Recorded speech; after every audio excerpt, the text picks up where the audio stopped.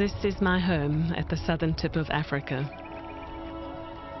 This place is special to me because it's the origin of our species, where we first lived in harmony with animals.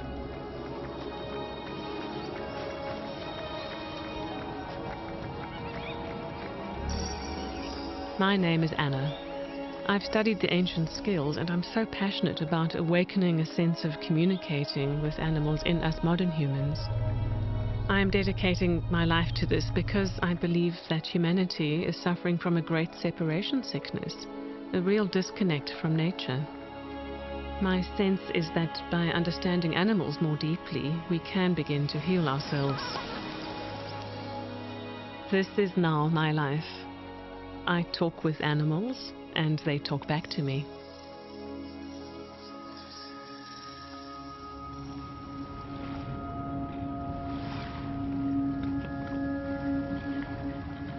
I first met Anna Breytenbach through a troop of wild baboons. My name is Swati. I'm a conservation journalist. I've often reported on this particular troop of baboons living on the fringes of Cape Town. They're constantly stealing food and breaking into cars. I've been jumped on by a big male who did not like me stopping him from getting into my car. Most people just don't know how to behave around wild animals, and this leads to more conflict.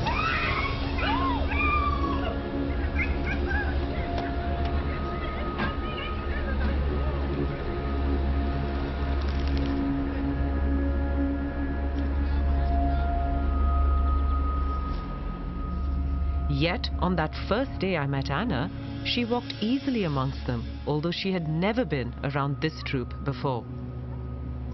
This particular group of baboons is quite aggressive because of all the human interference in their lives.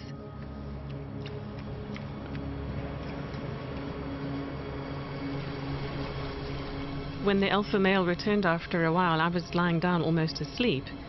It was the alarm call of one of the females next to me that alerted me to his presence.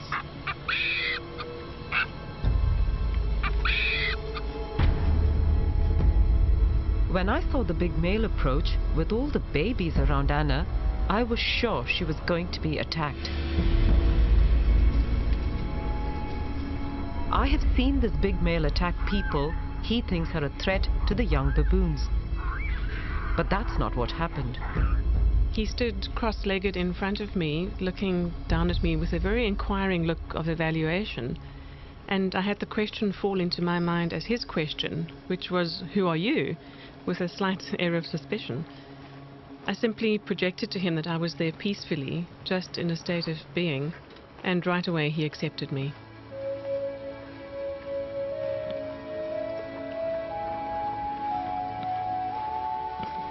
And the alpha male kept on looking at me, and I got the distinct silent impression in my head from him, saying, "Seeing as you wanted to be with us, then do as we're doing and dig with me." And so I did.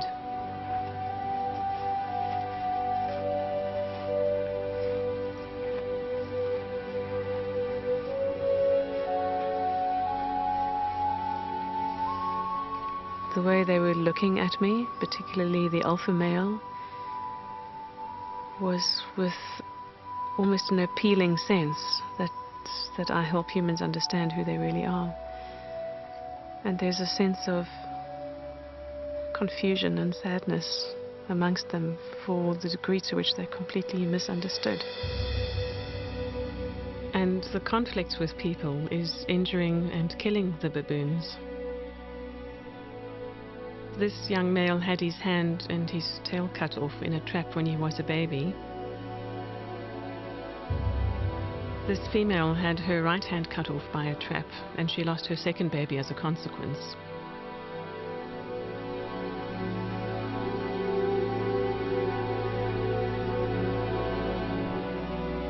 This female was shot on a ledge and she fell, losing her left hind leg.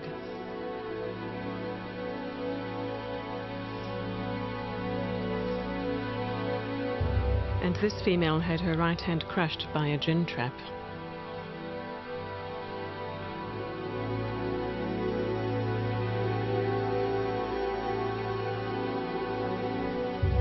the big male who used to raid cars has since been shot for being considered too aggressive. And this is the pain of just one troop. Sometimes being a human bridge between non-human animals and my kind is difficult. I see both sides of that bridge. And the two pictures don't match up with each other. Many of the trapped and injured baboons are taken to this rehabilitation center where they get lifetime care and sometimes even regrouped into new family troops. Anna's work has been critical to this process of regrouping. When baboons are brought here, they are often housed in small groups at the main enclosures. Paul was one of these baboons. He'd been with two females for a few years. When I asked Paul if he would like to join a larger troop or stay in his current situation, he said he wanted to join a bigger group. I then communicated with the two possible troops he might be able to move into, one of which agreed to take him in.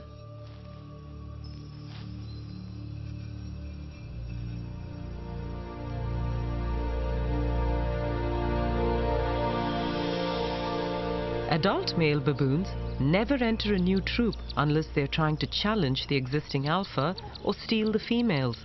And so it was surprising to see how quickly Paul was welcomed instead of being attacked or killed.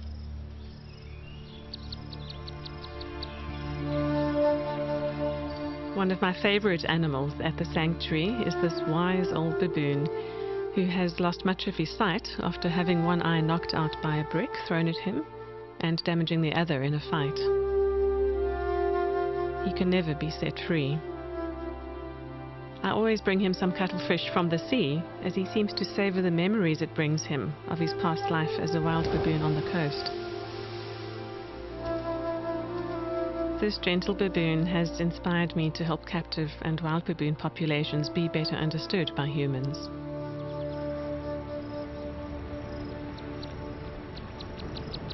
I wondered if there were any scientists studying the idea of animal communication.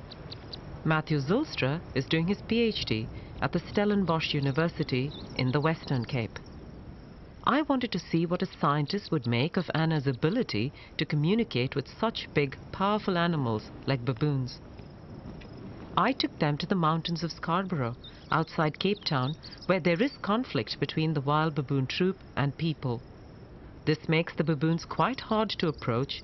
This area is also vast, making it difficult to locate the animals as they could be anywhere on the mountains. Anna was not familiar with this area, and I knew it would be a challenge just for her to find them. I sent out a silent message in words in my mind without using my voice, addressing the baboon species and letting them know that I was coming. I didn't look around for any physical signs. After a few moments of that, I opened my eyes again and just allowed my body to move in the direction that I felt drawn to, almost like an internal sort of radar for baboon energy. And she found the troop.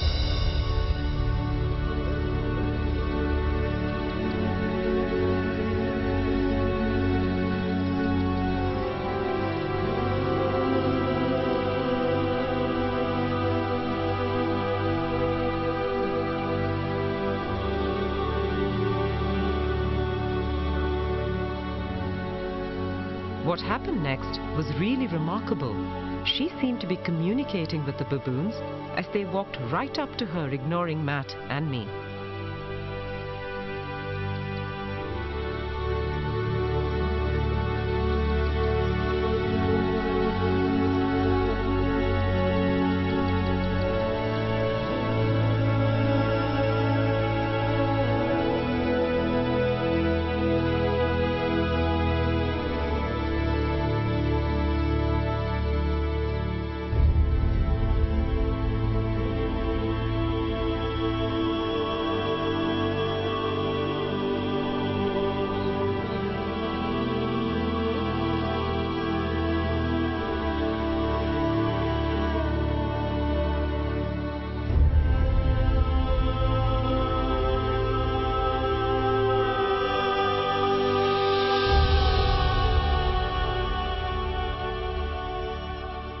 always ask me, how does science explain this? I also think of of how it must have been for people back in the 17th and 18th century, and they used to see lightning, but if you ask them, do you believe in electricity, they would have said no, not at all. I mean, they would have laughed at you. And maybe what we're seeing now with Anna is being back in the 17th century and seeing lightning. What I know is that my belief systems and everyone's belief systems are formed over the course of their life. And these belief systems filter how we see reality. And we use these belief systems and our perceptions to edit out the stuff that we're not comfortable with. And I think that's what happens in situations like this. We almost cannot help but letting our belief systems sort of edit out the things which we don't feel comfortable with. But on a personal level, I feel profoundly touched, and my scientific curiosity is awakened to really want to understand this phenomenon much better. Because I don't feel this is just about communicating with animals, as amazing as that might be.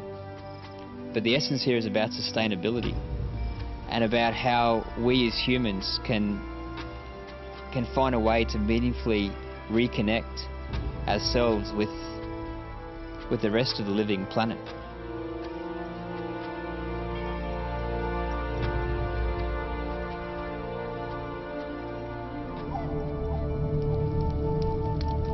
The extreme disconnection of humans is something that we see in the destruction of nature at the hands of mankind. We see devastating fires. We see urban areas encroaching into wild lands.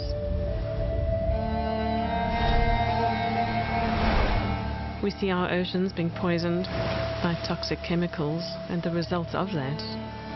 And we only seem to care about it when it affects us really, really badly. Perhaps that is too late.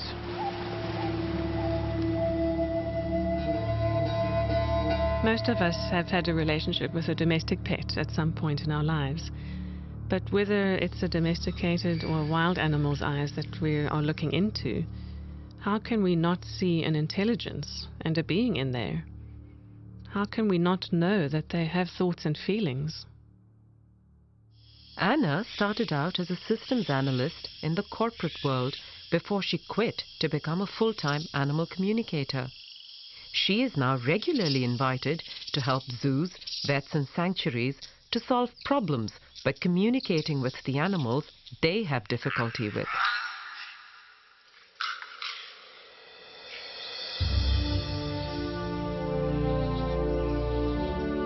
Anna's work intrigued me, so I joined her on a consultation. Anna was invited by Monkey Land, a free-roaming sanctuary for rescued monkeys and lemurs.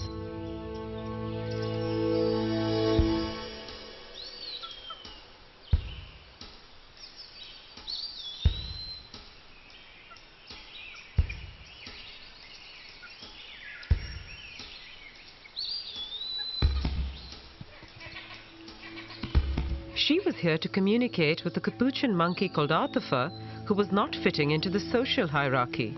Arthur was also always having her babies in the winter months instead of the summer, thereby endangering their survival.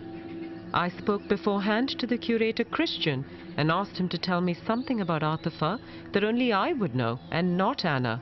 Christian told me that Arthur had been rescued from a lab where she'd been experimented on. We've always been under the opinion that she is from vivisection. That was told to us by Stichting Art. Exactly what was done to her, we're not sure about.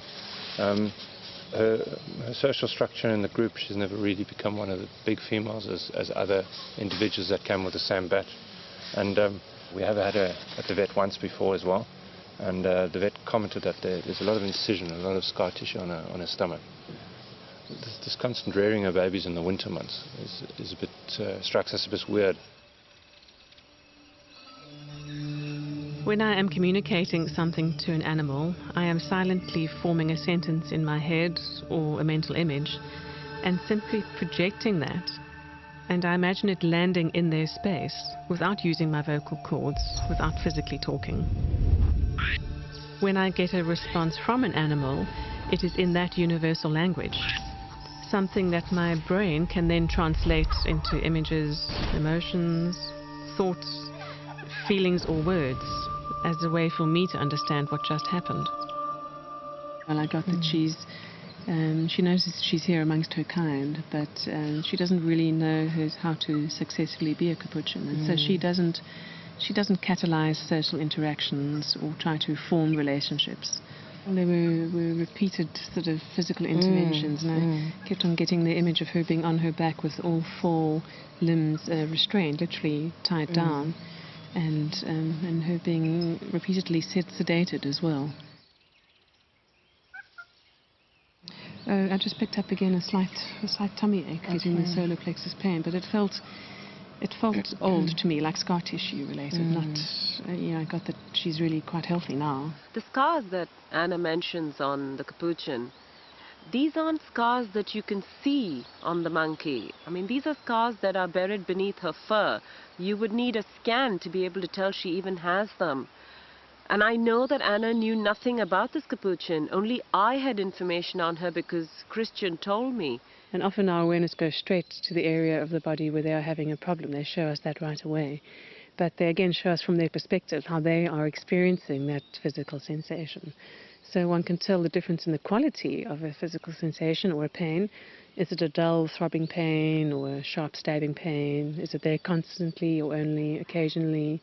Is it quite surface level or more deep? Yeah. And it was actually quite scary, to say the least. I was hesitant initially, of course. I think, as most people may be in the beginning, but there was something that I just can't explain, that I actually couldn't have said, okay, well, I've heard this from somewhere else, or that there's trickery involved.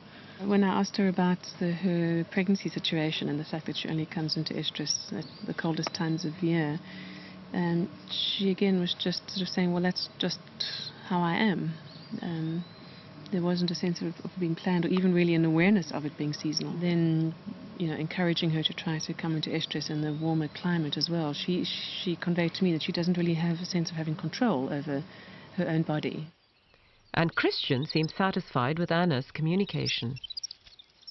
I definitely accept it, and I think the most important thing that I heard out is that it's actually her choice. So, if we don't have to really worry about it too much, and if she chooses to be like that, then it's all right. As long as it's her choice and she's all right with that, then that's fine.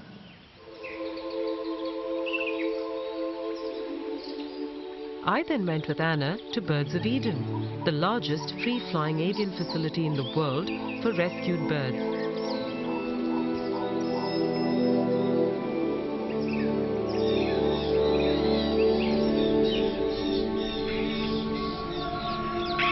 Anna had been asked to try and help with a cockatoo called Coco. Coco would often bite visitors and so had to be moved from the free-flying area to one that was confined. His caregivers could not understand why Coco was not happy to fly freely like the other birds. I'm suddenly awash with this incredibly intense emotion. This absolute sadness that is coming from Coco, and it's flowing over me entirely. It's not from me, and it's really creating such anxiety. And my tears from my body are overflowing with that emotion that I'm experiencing on his behalf.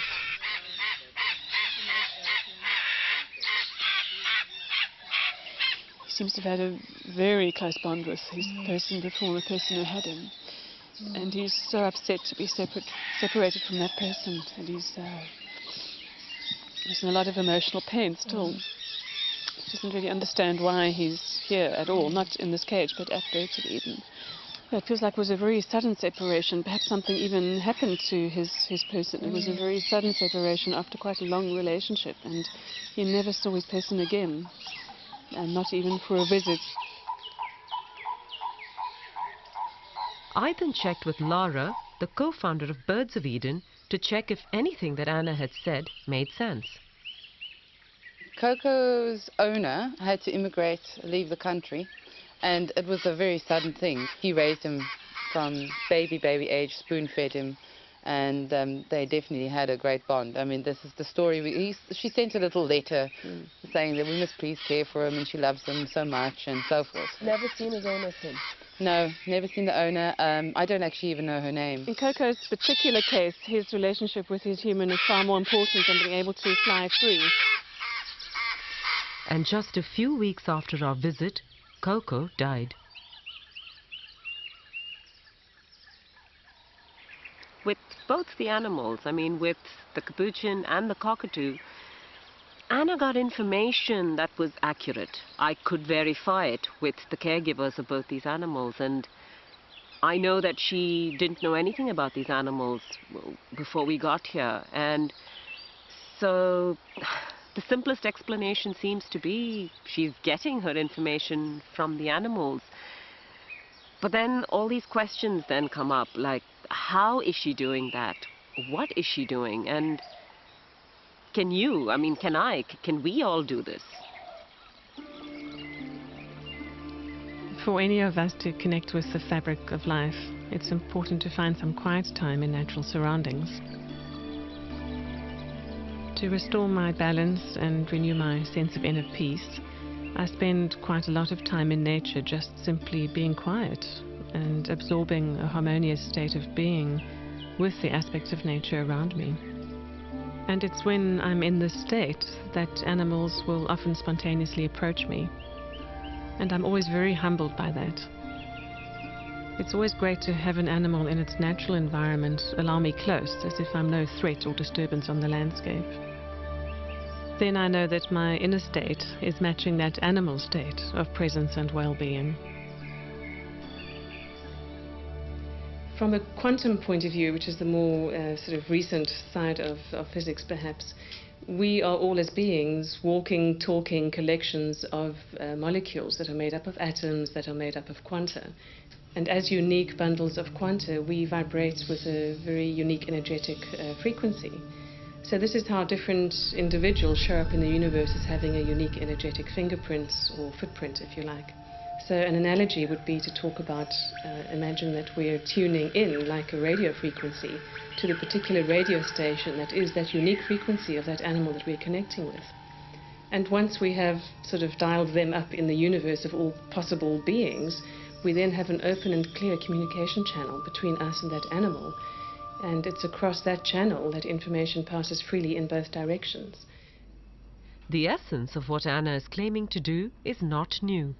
Most indigenous communities around the world also speak of being able to communicate with animals. The survival of these communities depended on the hunt.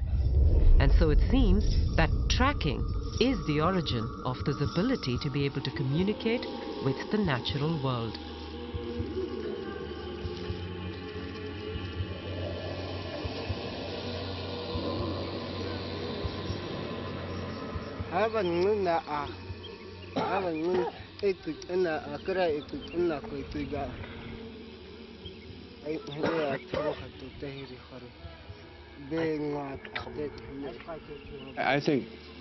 I believe people had that all the time. It's a natural gift. You know, it comes with being born in nature. You know, we're all part of nature, just that we become educated and thought we could do better without it. So it's a natural gift that we have as human beings, and it's just reclaiming it.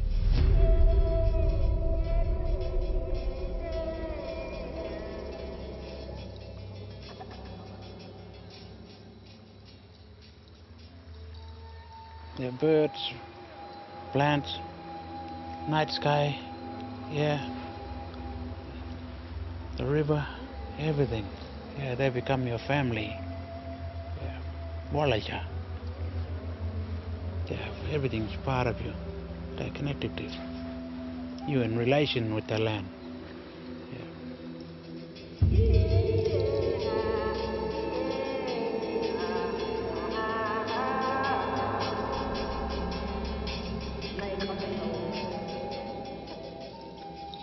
Ada chakia mateno.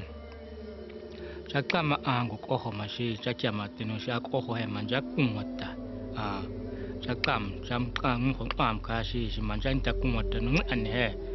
I hear it and hair, whom Mahambe, Chakam, a clue to what and hair, or home team, and Jakiamat, and other Chakam, the aunt, Sinjatikumatin, who are to walk at the Tikama art.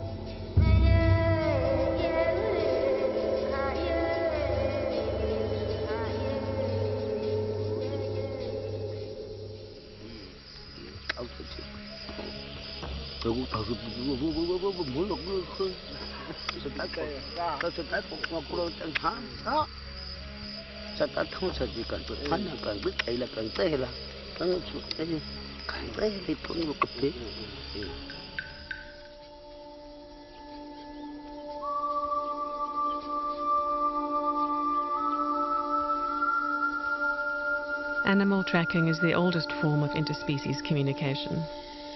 Connecting with an animal's footprint automatically puts us in touch with that animal's body and mind. My ability to communicate triggered when I was on a tracking course in the United States. Here I met John Young, a master tracker. He encouraged me to explore my abilities further. Expanding my nature awareness and tracking with John completely changed my life. John is a founder leader of a worldwide movement to help connect people with their natural heritage. Since childhood, John was mentored in traditional native tracking skills and deep nature connection. You just stare into the footprint in a diffused, kind of relaxed way, and just, in a certain sense, begin talking. The way you need words, it's just sort of something starts to come. And then all of a sudden, out of the track comes a picture, and your mind is filled with an image. And it's a very clear image, and you couldn't have generated it yourself. There's so much information in that 1/1000th of a second, even in the look on the face of the animal looking back at you.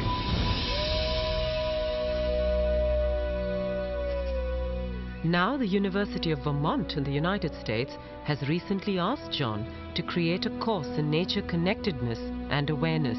It will be a whole new field of study. I also work with John around the world to reconnect people with nature and themselves.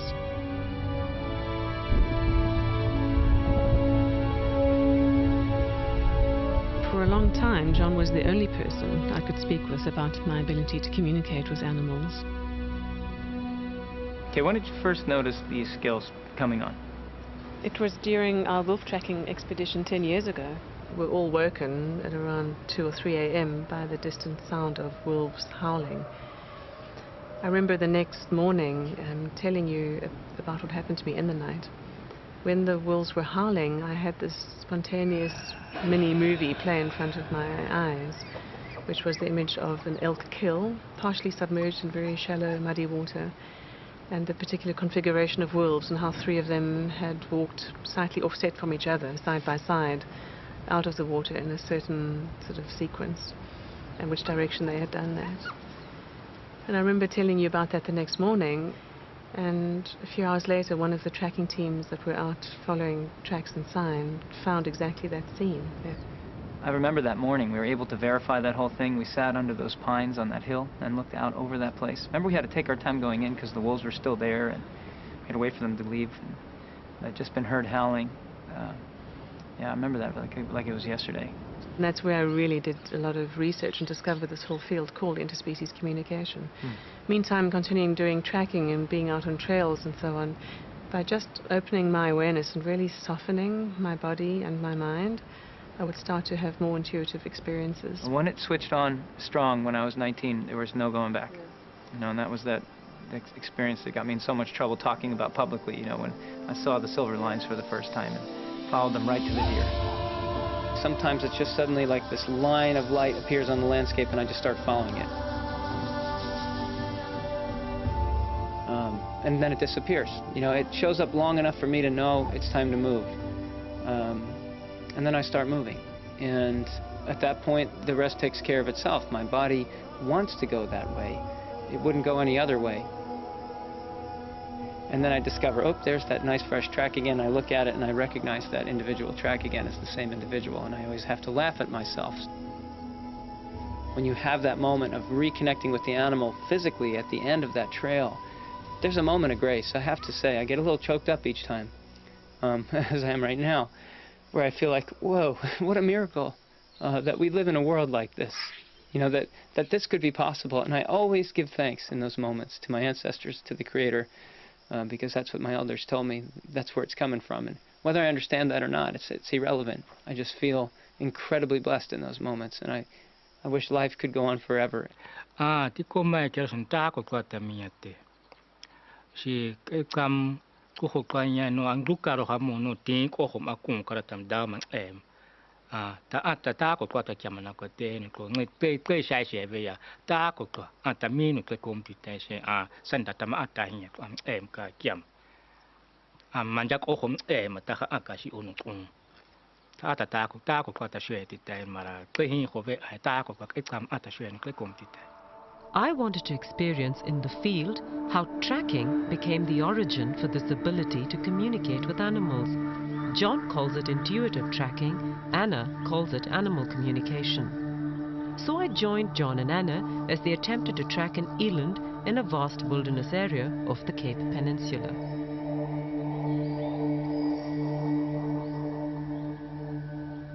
So when I look at this track now, I see the face of this animal looking back. I can see its glistening eye, and I see a tear duct, and so I see the face. And there's so many signals in my body that I have to listen to, you know. Some of them are playing tricks on me, and the other one is dependable, you know. And what I've noticed is that once I lock on, I can even try not following it, and I'll still be following it. So that's how unconscious it is when I'm following an animal. John, that's exactly animal communication right there. When I'm with tracks or communicating with an animal remotely, there's this internal voice of the mind that runs various options by me. Looking at the eland track connects me directly into the signature frequency of the animal. Even if this animal were amongst a herd of others, I would still be able to find this particular individual because it is her tracks that I'm connecting with.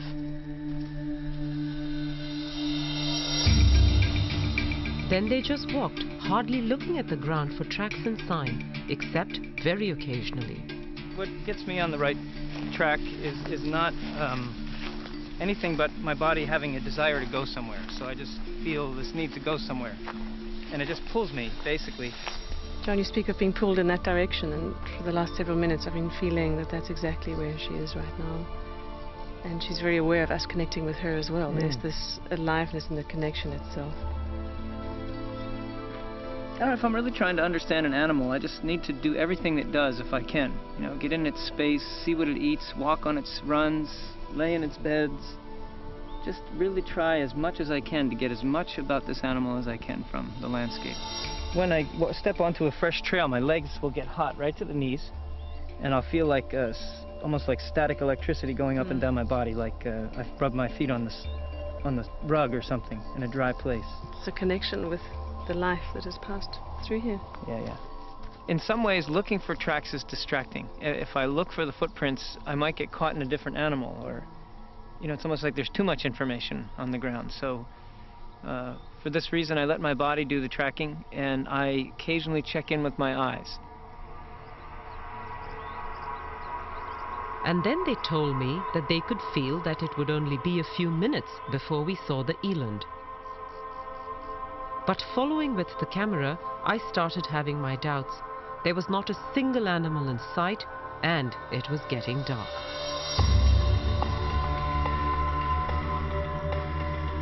It's as if I can see through this eland's eyes, and I feel like she's looking to the west towards the sunset.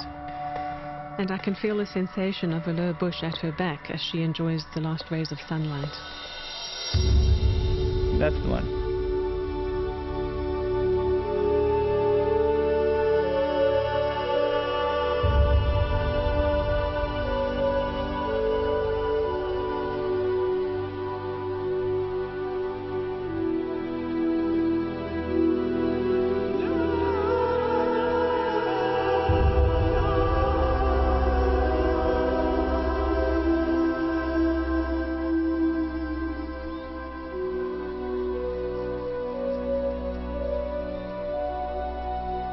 I feel such gratitude when things like this happen, and I'm surprised every time.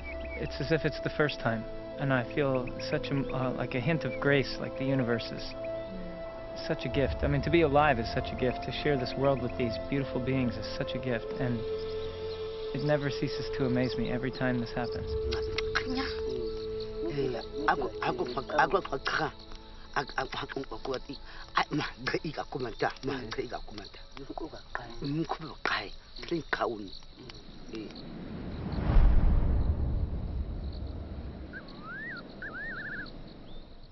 And having studied animals since I was a very little kid, I see that the animals have these skills, and it's obvious that they do, and a lot of researchers will tell you that they do. You know, the phenomenon of directional bonding, homing pigeons, for instance, you know, how strange is it that a bird can fly directly to a point on a landscape, having never been there, you know, being put in a basket and taken on a crazy route to get there, and they fly exactly back to where they came from. Or when I've been involved with radio telemetry studies, and the mountain lion that's got the collar on it's flown the 100 miles directly to the east into the mountains, again into a place it's never been.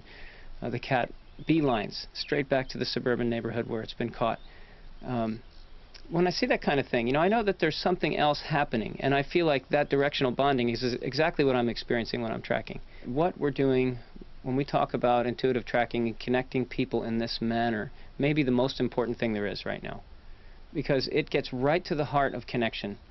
When people have connection, they feel compassion, they see the earth, they feel the other life forms, including the human beings. And they become part of a fabric of we instead of I. Even after everything that I've experienced with Anna and spending all that time with her, there's that scientific controlled, you know, sort of rational part of my brain still has doubts. So I wonder what it will take to totally convince me.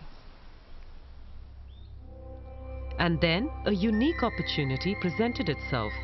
In the course of my work, I had come across the story of Jörg Olsen, an ex-policeman turned conservationist.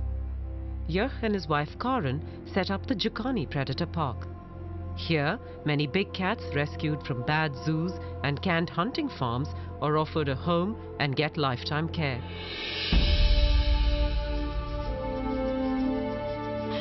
Jörg has a remarkable relationship with his cats, and he handles them in a way I have seldom seen before.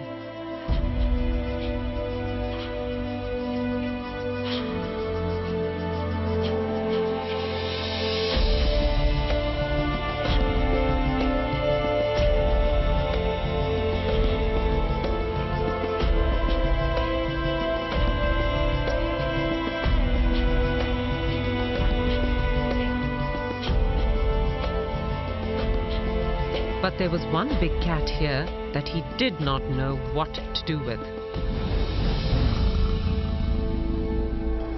This black leopard, called Diablo, had been rescued from a European zoo where he'd been abused.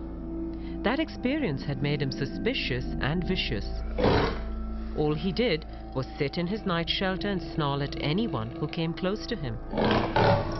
6 months in, and Jörg was at a loss as to how to deal with this cat.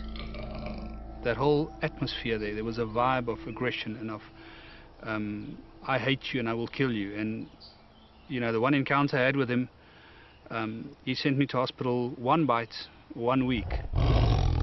Here, I thought, was the perfect case. If Anna could get this animal to change his behavior and become well adjusted, then I would have no choice but to acknowledge that she was in dialogue with animals. It took me some time, however, to convince Jörg to bring in Anna. He's a dangerous cat. He's very, very dangerous. He's towards me and towards everybody else. In my opinion, the chances of an animal communicator changing that, it'll take a lot to convince me. I honestly do not believe that an animal can talk to a human or communicate with a human. I've had animals my whole life. We give them commands, we give them instructions, and they do it as we habituate them, basically. But I'm very skeptical to think that an animal like Diablo will communicate or can communicate with humans. I am desperate, however. I do not want to lose him. I made sure that Anna had no information on Diablo or his history before she came to speak to the black leopard. I was nervous to see what would happen, as this animal never let anyone near his night shelter without a lot of snarling and growling. But the minute he saw Anna, he calmed down and let her kneel right outside and look at him.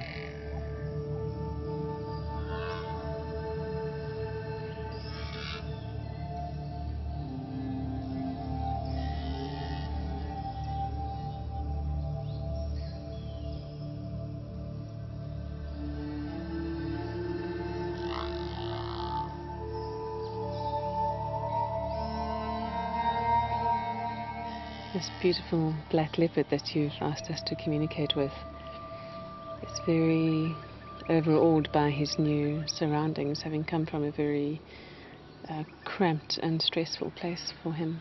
That this place has been provided for him, but he's been quite conditioned by a very unfortunate past. He doesn't want much to do with humans as a result. He's immensely powerful, and I mean not just physically, which you well know and respect, but he's immensely powerful with a wisdom and an energetic presence and personality that is far bigger than anyone has ever appreciated about him before.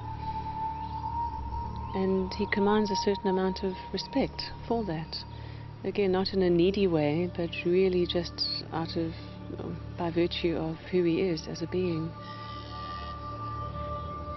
There's a very particular thing about his name, Diablo. He wants that name changed because he doesn't like the associations with it, the blackness, the darkness, the diabolical.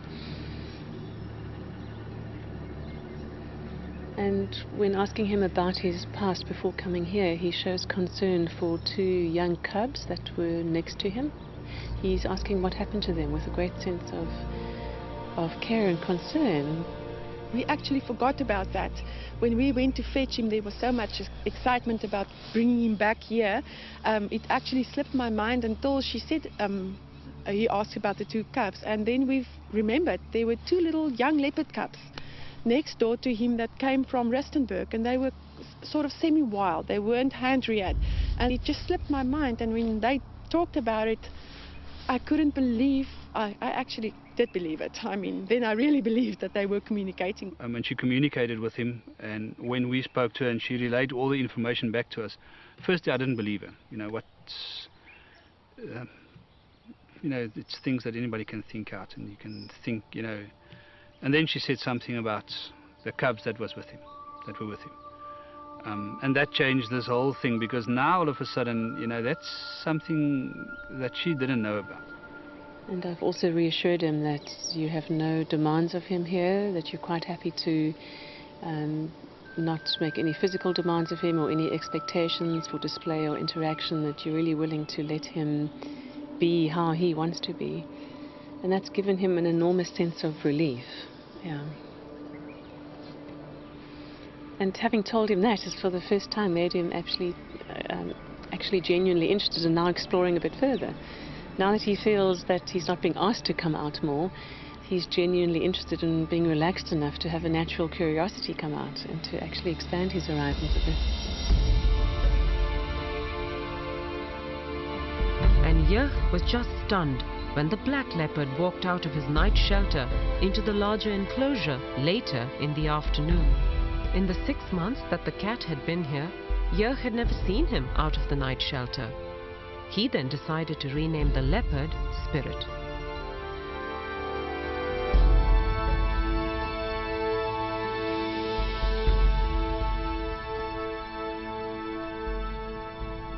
We told him that same afternoon that we're not going to call him Diablo anymore.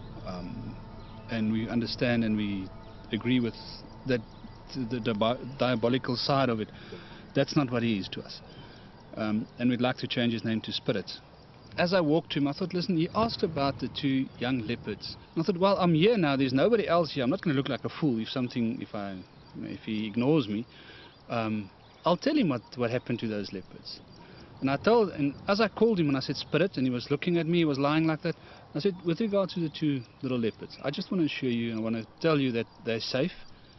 And I couldn't help it. I just said to him, wow, you're beautiful. Beautiful. Oh, that's mooi. That's mooi. And he gave me that, oh. And I thought, what's happening here? And I said to him, you understand what I'm telling you if I say to you that you're the most stunning cat? Oh. And I spoke to him and he answered me about 19 times. And he just sat there and he was totally relaxed. It's the first time since we had him that I felt at ease with him. I felt that he was relaxed and he understood me. It was, to say that I don't know what it feels like for him. For me, it was the most amazing moment. Later that afternoon, Anna came back to check up on Spirit and to see how he was doing. I'm asking him now about how he experienced the communication from Jochen through the fence. And he said it's the first time that someone has directly expressed to him verbally appreciation for who he really is, not how they see him to be. And that really surprised him. It shows me an image of literally stopping in his tracks by surprise at that sense of just this wall of appreciation coming towards him. He is so relieved that nothing's being demanded of him here. He's just so relieved. It's like this weight is lifted from his shoulders. And when he was grunting back, he said he was saying thank you for the thank yous. So for each thank you he was getting, he was saying thank you back.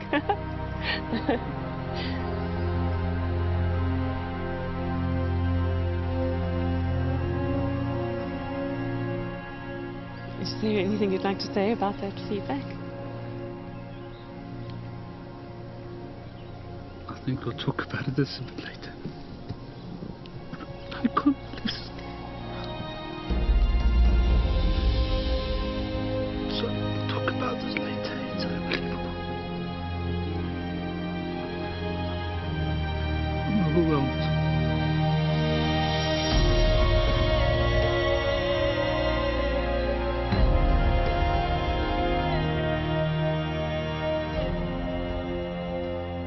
It's 2 different animals.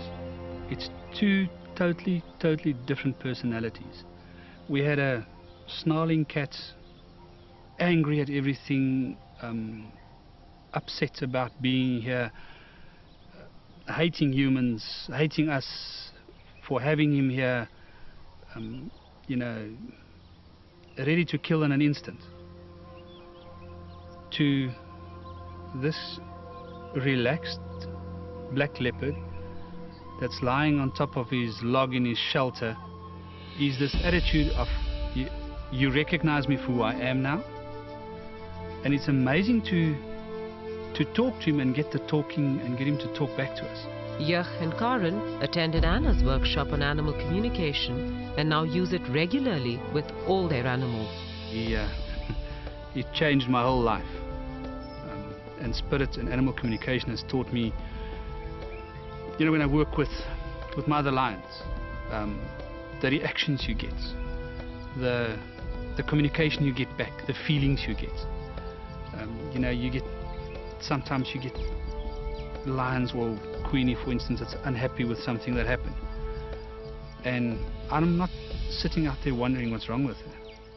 She tells me, and I can correct it, and I can make her happy, because she is in my, I have to look after her, I've got to make her happy. It changed the whole family. The opportunity for every individual on the planet to connect again with nature is right there on our doorstep. It's a matter of simply looking up into the sky to notice the clouds and wind direction, to pay attention to the sounds of the birds around, to feel what it's like to have bare feet on the earth, and to notice with our own bodies and our 5 senses what's going on around us. And that will result in us developing a more intuitive and natural way of knowing how to treat our environment. It's not supernatural. It is supernatural, as in very natural. It's the blueprint of our brains. These ways of knowing and communicating were the way of all our human ancestors. We see how our children come alive when they are out in nature. And as adults, we must remember that we are living in a world borrowed from our children's future. This is a most delicate time in human history on the planet. And for sure the future of the planet and all her inhabitants rely on what we do now and what choices we make. Those choices can be informed by what the animals are telling us if we are just willing to listen and to hear. Perhaps the only real question for us humans is how are we going to respond?